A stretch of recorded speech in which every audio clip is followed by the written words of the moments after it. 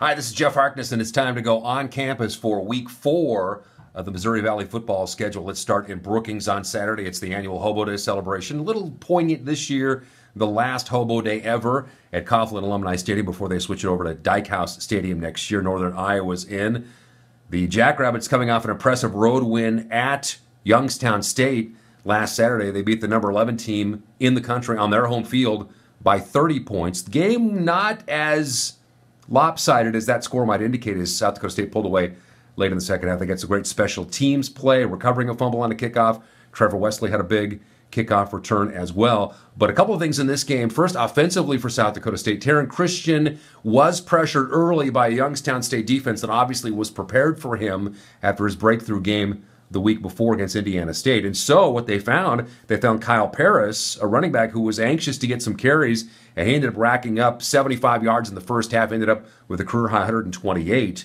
And so once Youngstown State shifted their focus to Paris in the second half, that freed Christian up in the second half. And so South Dakota State's offense was very effective. Although Jake Winicky, their All-American wide receiver, continues to struggle. Keep in mind these numbers for Winicky: 26 catches, 6 touchdowns in the first 3 games of the year, just 10 catches, 1 touchdown in the last 3. Part of that is because defenses now are keying on stopping Winicky. Part of the fact that he's been slowed by a hamstring problem. So we'll see if Winicky can get things going against the Panthers defense Saturday in Brookings. The South Dakota State defense, meanwhile, did a great job of pressuring Hunter Wells all day, getting a sack, and just basically making life miserable for him. And most importantly, shutting down a very high attack, Youngstown State running attack with Martin Ruiz and Jody Webb, who between them have been averaging 170 yards on the ground, but they were getting nothing between the tackles. And so South Dakota State's defense now, which had some issues in the first 3.5 games of the year, now in the last 2.5 games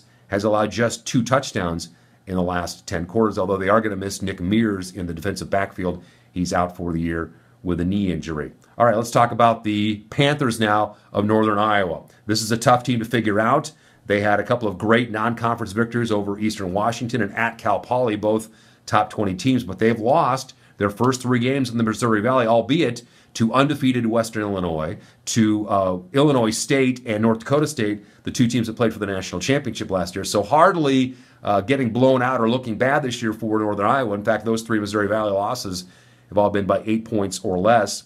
They've got 2 quarterbacks that they rotate through quite effectively. Aaron Bailey is the running quarterback. In fact, he's broken off some very big, very explosive touchdown runs in some of their games so far this year. That has the South Dakota State coaches worried. Sawyer Morgan is more of the throwing quarterback, although he's been a little bit rattled this year. So if South Dakota State can continue to get some pressure on the quarterback, that might make for a long day for Cole Morgan. They'll have to find a way to keep Bailey, though, in check and stay home defensively. Speaking of defense, UNI, one of 4 teams in the Missouri Valley that's picked off 7 passes so far this year. In fact, DeAndre Hall, their cornerback, has 3 of those 7 interceptions. Also, the Panthers, second in the Missouri Valley with 14 sacks, so they will get to the quarterback. So we'll see what kind of a day that means for Taryn Christian, who looks like he will get his 3rd straight start at quarterback.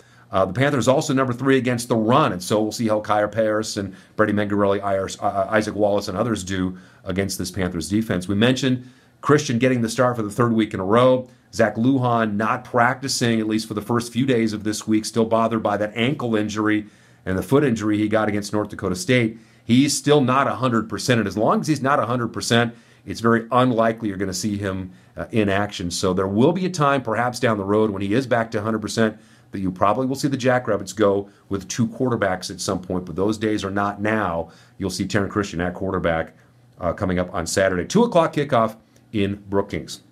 As for the Coyotes, what can you say about Joe Glenn's team, USD, riding high after knocking off the 4-time defending national champ North Dakota State in Fargo last week? Coyotes' first win in Fargo since 1978, and they did it not on a fluke. They did it by just outplaying the Bison. Not a lot of turnovers, not a lot of penalties, no real big fluke plays or controversial calls. They just flat out beat the Bison at their own game. And so right now, South Dakota looking very, very good in this one, especially quarterback Ryan Sager, who unleashed his running ability in the game, something that the Bison were not prepared for. And Sager not only threw for over 200 yards, but also ran for 92. And so we'll see what kind of an answer Missouri State's defense has as they now are trying to protect themselves against a quarterback that can run the football. And so we'll see what kind of yardage Sager's able to get against the Bears. The USD running game is going to need some help. Trevor Bauma out for the year with a broken arm. He is done for the season. That means that Mike Frederick, Mike, as they call him, who 2 weeks ago picked up a couple of about 90 yards against Western Illinois. They'll need some production out of Mike Frederick in the backfield as well if they're going to get a running game established against Missouri State. It has been a disastrous year for the Bears, who are winless in their Missouri Valley games. And so far in 6 games this year, Missouri State getting outscored 184-44 in the first half. So this is a team you want to get on top of right away. As one coach one time told me, you want to remind them that they lose. Get that in their heads. You don't want to let a team like this hang around because they've got nothing to lose. They're coming in here with absolutely everything to gain against a team that is coming in off of a very, very dramatic, very historic win. So if Joe Glenn's team can avoid an emotional letdown, they shouldn't have a big problem against Missouri State on Saturday. That is a big if, though, because remember, these are 18, 19, 20-year-old kids we're talking about who just came off the biggest win of their lives. It's going to be hard for them now to ramp that down and get ready for an opponent that has absolutely struggled in just about every aspect of the game so far this year. Interesting matchup. If USD gets up early, should not be a problem. But again, if Missouri State hangs around, could be an interesting ball game. 2 o'clock Saturday at the Dakota Dome in Vermillion.